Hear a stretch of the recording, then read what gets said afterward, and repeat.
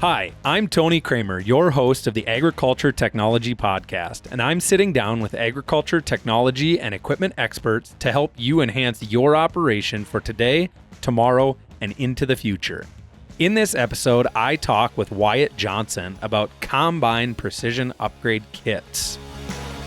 With that, let's dive into the show. Like I said, we are going to talk today about some combine precision upgrade kits. Now, we went over planter precision upgrade kits. We went over sprayer precision upgrade kits.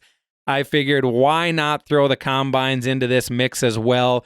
As we talk through this, you'll find out that there's not quite as much for combines as there is for some of the other pieces of equipment, but I still felt that we needed to get this one in here. So with me today, as I said, Wyatt Johnson.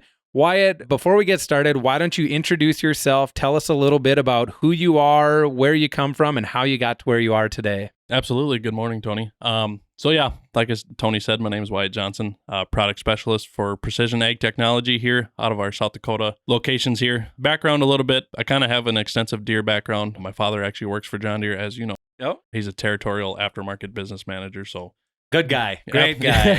I've heard that. I've heard that a time or two, but he's been doing that for almost 10 years now, and he's worked at dealerships in the past too. So anyways, I started in the dealership business back in 2020 working for other dealerships, but been with RDO actually a year from today. Congratulations. Very, very blessed to have this opportunity to work with this great company. And right now we're kicking off wheat harvest, small grain harvest, so staying busy in the field, but happy to be here. Combine precision upgrade kits. There's not as much out there as there is for planters or sprayers or some of the other stuff that we have, but there is some beneficial things that we can purchase or add on to our combines without having to buy new or part and piece it out. Correct. Yeah, absolutely. And, you kind of nailed it on the head there with just precision upgrade kits in general. I mean, you can put it on a combine, obviously, and no, there's not a lot to offer there, but if you wanted to add that extra technology portion to your combine, you don't have to buy a whole new machine just to get that technology option. It's just a cheaper, simpler way to get into new technology. And that was one of the things we talked about. If we go back to the planter precision upgrade kits, in the past, if you wanted to add a piece of technology or a new feature, the only option you had was to purchase new. You had to either find that on a used piece of equipment or you had to order and buy brand new. But with the world of precision upgrade kits, we have the ability to upgrade little by little and get the technology we want. Precision upgrade kits, big umbrella, broad spectrum. What are they? How could they benefit somebody? Why would a customer look at a precision upgrade kit versus that other piece of equipment or a new piece? If you want that additional technology or automation on a piece of equipment, you got to go buy a new piece of equipment. In the past, well, now as today, how the markets are, maybe that customer's best interest is not to buy a new piece of equipment just because it could be a little pricey. So now we have these precision upgrades across planters, sprayers, and combines, and it's just a cheap, reliable option to get into that new technology without having to buy that piece of equipment rather than just buying the small portion to add it onto your existing equipment. Yeah, and that's another piece to it. Not only do you not have to buy a new piece of equipment, but it's also usually more cost effective or a little bit more affordable than buying that new combine and adding that technology. Some guys don't even think of that. When they want to buy a new piece of equipment, they don't really think of the technology add-ons you can also get. Well, then they're like, oh, shoot, now I got to buy this to get this cool feature. And when we open the world of pucks, most people kind of think it has to go on newer equipment. But, just diving on sprayer pucks just a little bit, we can go all the way back to a 30 series John Deere sprayer. So they're pretty versatile. And like we said, it's fairly cheap to get into a puck, whether it's planter, sprayer, or combine as well. Absolutely. And that's, you talk 30 series sprayers on the planter side. We can go back to 04 for the Moline planters. We can go absolutely. back to 12 for the Bauer, the DB planters. So, there's a lot of opportunity. Let's dive in on the combine pucks. Now, we're going to kind of break this out because the different series of combines kind of have some different offerings. So, start out, let's just talk a little bit about the S series combines, so our S600s, S700s. What is available for pucks on those machines for customers with an S600 or an S700 combine? Yeah, absolutely. And like we mentioned before, there's not a whole lot of option on combine pucks, but there are some out there. And since we're starting with the S700, we'll dive into the ones that fit the 600 and the 700 series, which is our LED light kit puck there. What it includes is basically just a huge light kit that we can add onto our combine that has LED lights, whether that's a work light, a headlight, our top cab lights. It's basically just a huge light kit that we can add onto our existing combines to make them basically LED lights. Our 600 series, when we first started them, model year 12 to 17, and then obviously our S700 started in 18, and we can put that on 18 and newer combines there. And that's actually a really important piece that I know a lot of guys may overlook. We've got that awesome LED kit for the planters too out there, and some people kind of chuckle at it or they overlook it, but especially on combines, I mean, think about in the fall of the year how often you're harvesting in the dark. Well, exactly. And maybe when you got that S600 series combine or the early S700s, you didn't opt for that higher lighting package. You just got the standard halogens, whatever it may be. And I don't know if you're like me, Wyatt, or not, but I even in my personal vehicles, I like to have the bright LED lights. And oftentimes you have to do a ton of research and you're getting something third party, whatever it may be. This is an awesome solution for a customer that we know it's John Deere compatible. We know it's going to work. It's going to be a plug and play solution. This is a great precision upgrade kit that can often be overlooked. Correct. And yeah, like the work lights especially, I think you get 4 work lights in the whole entire kit. So we know breakdowns happen, and breakdowns are not fun in the dark either. So why not have a light that'll literally light up the whole entire side of the combine that we have?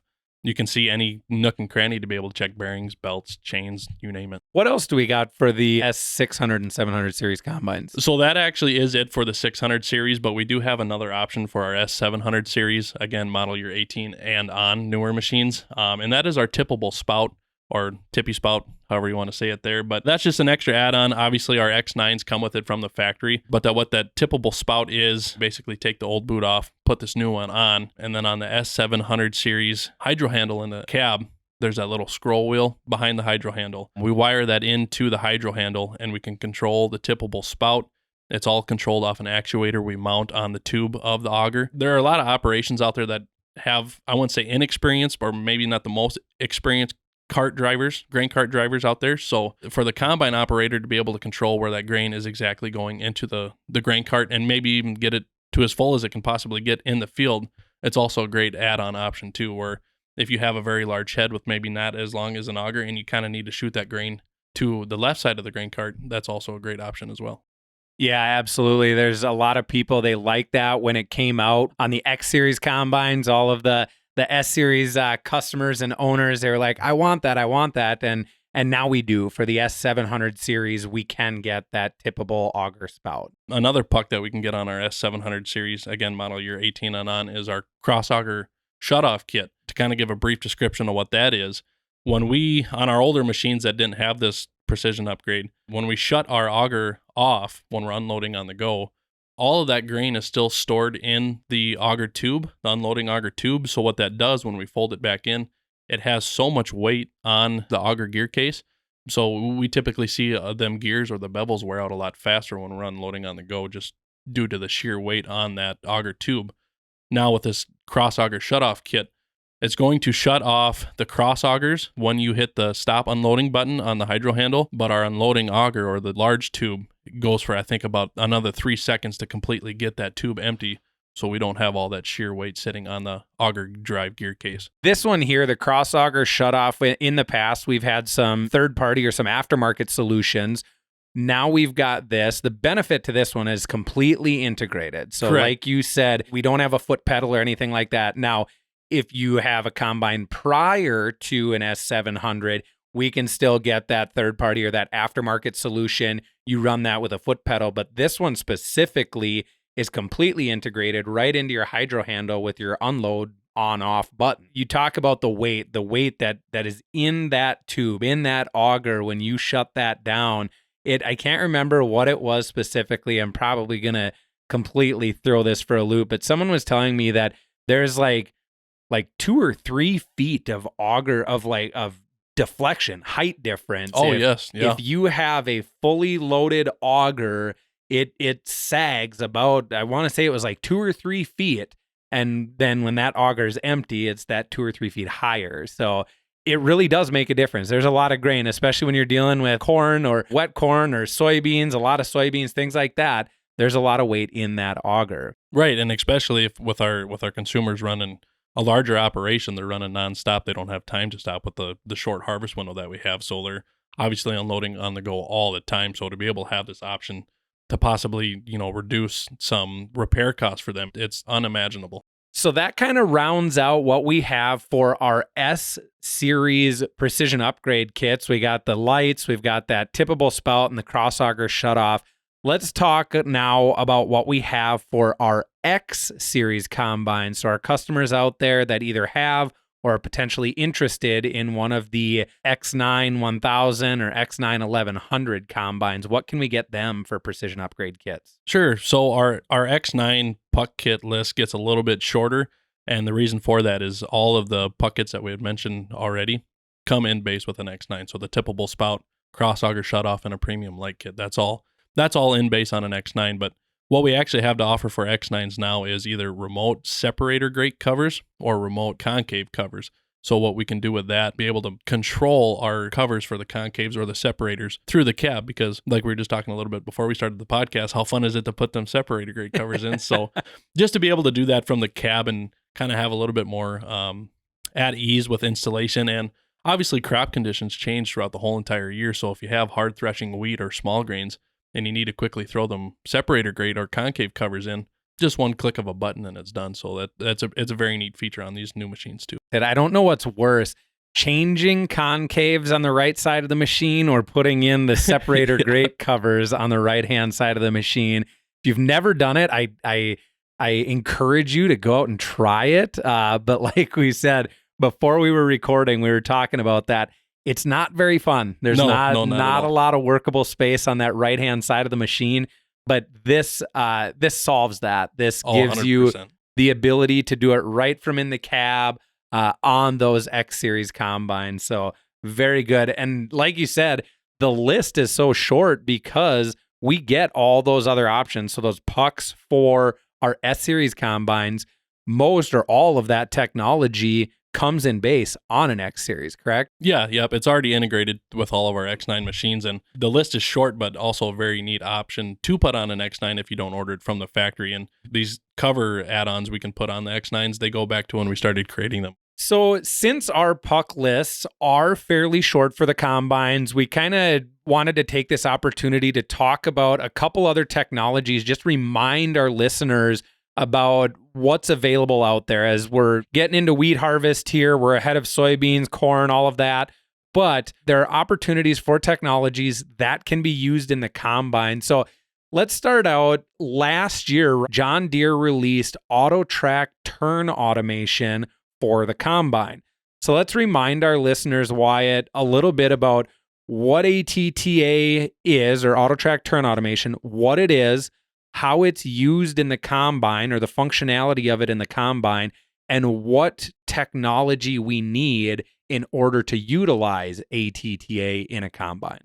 Absolutely. So ATTA, AutoTrac turn automation, what it really is, it is basically automizes the end row turns for you in any machine. We can put it on tractors and planters, and then obviously in combines now, and we're currently working, I believe Deere's currently working on sprayers with AutoTrac turn automation too, but on the combine side, it's just only a turn solution. It does not lift the header for you, so you have to manually control the header. But also a very neat option. If you have a decently large headland that you have already cut out from the field, you can unload on the go while you're still turning with the auger. So to not have to worry about turning that steering wheel and getting lined up correctly on the rows is also a very nice feature. Technology that we need for it, we need a Gen 4 monitor or newer, a G5, G5 Plus, universal or command center. We need an Automation 4.0 or a G5 Advanced license to be able to run AutoTrac turn automation. And then with that, we also need field boundaries with an operation center and on our monitor. And typically we kind of want them field boundaries to be driven with SF3 minimum correction signal.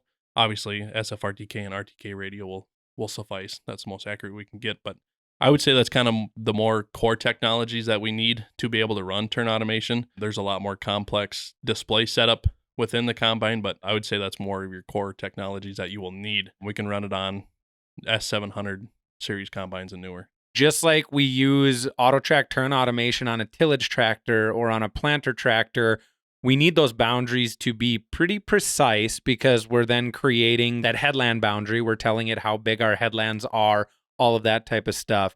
Now, if you do not have an Automation 4.0 on your Gen 4 or that advanced license for your G5, we can get demo activations, correct, Wyatt? Yes, yep. And we were talking about this before too. We can't remember if it's 15 hours or just kind of like a 3-day grace period demo that we can get. But if we have customers that are interested in running this technology on the equipment that they have, let's just run out there and throw the demo activation in there and run it for a day and see what the customer likes. And then obviously we can follow up with purchasing and activation to put on their machine and continue using it throughout the year. Yeah, absolutely. So like Wyatt said, if you have everything you need except for that automation or that advanced license, Automation 4.0 or advanced license, reach out to your local RDO store, your local John Deere dealership, and try it out. I know last year when John Deere released it on the display software update, we got it on the combine. We were actually harvesting our field trials at that point. We kind of said, hey, let's try it out. This is brand new. Let's try it. And it is a very neat technology to be able to utilize in the combine. We've had it for a few years in the tractors, so it's really neat to see it come to the combines, and hopefully down the road we'll get it in the other pieces of equipment, sprayers, anything else that John Deere offers. I would imagine it'll slowly make its way there too. Now, another technology I want to remind customers on that we've had in the past, but it kind of comes full circle, and it's the important piece is at harvest or in season and at harvest. But let's talk to a little bit about AutoPath. Now, there's 2 different offerings for AutoPath these days. Let's kind of break it down, what you need for each one and how a customer could utilize them. Sure. Well, I guess we can start with the AutoPath that most people probably know / run already.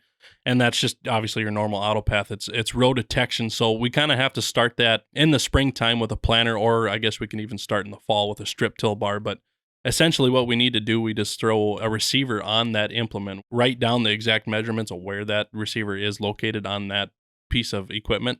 And then what it really does, it just detects each individual roll throughout the field when you're in the field working, whether it's planting or strip tilling. And then we get that individual row documentation. So when we come in with the sprayer or even the combine or the machine in general knows exactly where that row is going to be, so that minimizes row damage. It kind of streamlines our whole entire operation for that field. It'll generate the whole entire field's guidance lines. It optimizes the most efficient way you can get that field worked, whether it's spraying or combining. Again, there, you need a Gen 4 or newer display. We need that Automation 4.0 activation. And then again, too, with the same as Autrac turn automation, we need that SF3 minimum driven signal correction boundary as well. Big win, big success on that one was back when Iowa had that derecho go through. I know a lot of customers got to utilize or try out AutoPath. It just happened to be rolling out right at that time. So being able to, in downed corn, gooseneck corn, whatever it may be, being able to find those rows or allowing the machine to find those rows and where they need to be. So that's a very beneficial one. You talked about it, though. We need to start either in the fall with strip till or in the spring of the year with planting, because the system needs to know where are those planted rows. So that's kind of the kicker with that one. But there is a new one that came out. So for our small grains friends or maybe even in a soybean field, we have a new version of AutoPath that you don't have to start in the spring of the year. Tell us a little bit about that, Wyatt. Right. So that's just basically called AutoPath boundaries. So obviously keyword there is boundary. We take that boundary that you have created within Operations Center. Again, it does need to have a high correction signal SF3 minimum. We don't need row detection for that. So what it does is it takes the dimension of that boundary that you have in your field on Operations Center, and then it takes the width of your implement that you're working with, whether it's a tillage piece or let's say we're talking about combines today. We take the width of that implement and it's going to streamline guidance rows based off of the dimensions of your boundary and the width of that header, let's say, that you're using. So again, a pretty neat way, but for our listeners that are listening right now and thinking, oh, this sounds pretty cool, but I didn't start in the spring like they just told me. Well, you don't need to start in the spring. You just need that high accuracy driven boundary, and that's about it. And then again, your Gen 4 operations there in your Automation 4.0, but It's a lot more simplistic. We see obviously a lot in soybean and small grain harvest. That's kind of the main ones just because we don't have row detection on our air seeders or our small grain planters there. So very neat option. It just been released, so we're still kind of testing it out. But all the demos and demonstrations that I've been on, it is a very neat tool, very accurate, and it works very well. Again, there it also streamlines all the guidance lines, and it basically produces the most optimum way to harvest that field, the most efficient way to harvest that field. And there's multiple ways you can kind of set up your guidance lines. You can align it to the boundary that your field is driven in. You can set a degree heading or an angle heading. We can make our guidance rows that way too. So again, very neat feature, but you don't need that row detection at the start of the year. So if people are just getting into it now, we don't need all that extra equipment on your planter or your strip till bar. Absolutely. And whether you're using the traditional form or the row detection of AutoPath, or you're using AutoPath Boundary, it streamlines the operation. It increases your efficiency. No more row of shame, or in your small grains, we're not combining that last little. I mean, it would still be a row of shame, but it's kind of rows of shame. With the small grains, you're not picking up that last 5-foot strip or whatever it may be. You are definitely streamlining, being more efficient, more productive, making sure your header is full at all times. So very beneficial technology. So whether it's the pucks, Autrac turn automation, or the different types of AutoPath, if somebody wants to learn more, where can they go? Who can they talk to learn more about what we talked about on this episode? Yeah, just stop at your local RDO dealership or any of your dealerships. Talk to your product specialist or your account manager. They'll definitely be able to at least help you or point you in the right direction of where to go. You can also go to YouTube, look at John Deere's YouTube channel. They have many beneficial videos that you can watch. You can go to the RDO equipment page on YouTube. We have Precision Ag Answers playlist on there. We have this podcast that we're doing right now that you can listen to on YouTube as well. So plenty of answers out there, but I would say primarily go talk to your local RDO equipment dealer. Awesome. Well, I want to thank you, Wyatt, for taking the time out of your day to sit down and talk with me here. You know, we kind of mentioned it. We're getting into the heart of small grains or wheat harvest here in Minnesota and the Dakotas. But look out the window here. We got a little bit of a rain delay here. So we can catch up on some office work and record podcasts like this. So thanks again for doing this. No, thank you. Thank you for having me. It was a fun experience. Please take a moment to subscribe to this podcast if you haven't already. You can subscribe to the show on the many different podcasting apps that we're streaming this out to, such as Apple Podcast, Google Podcast, as well as many others. While you're out there, drop us a review. We'd love to hear what you think about the show. Lastly, make sure to follow RDO Equipment Company on Facebook, Instagram, X, and catch all of our latest videos on YouTube. You can also follow me on X at RDO Tony K.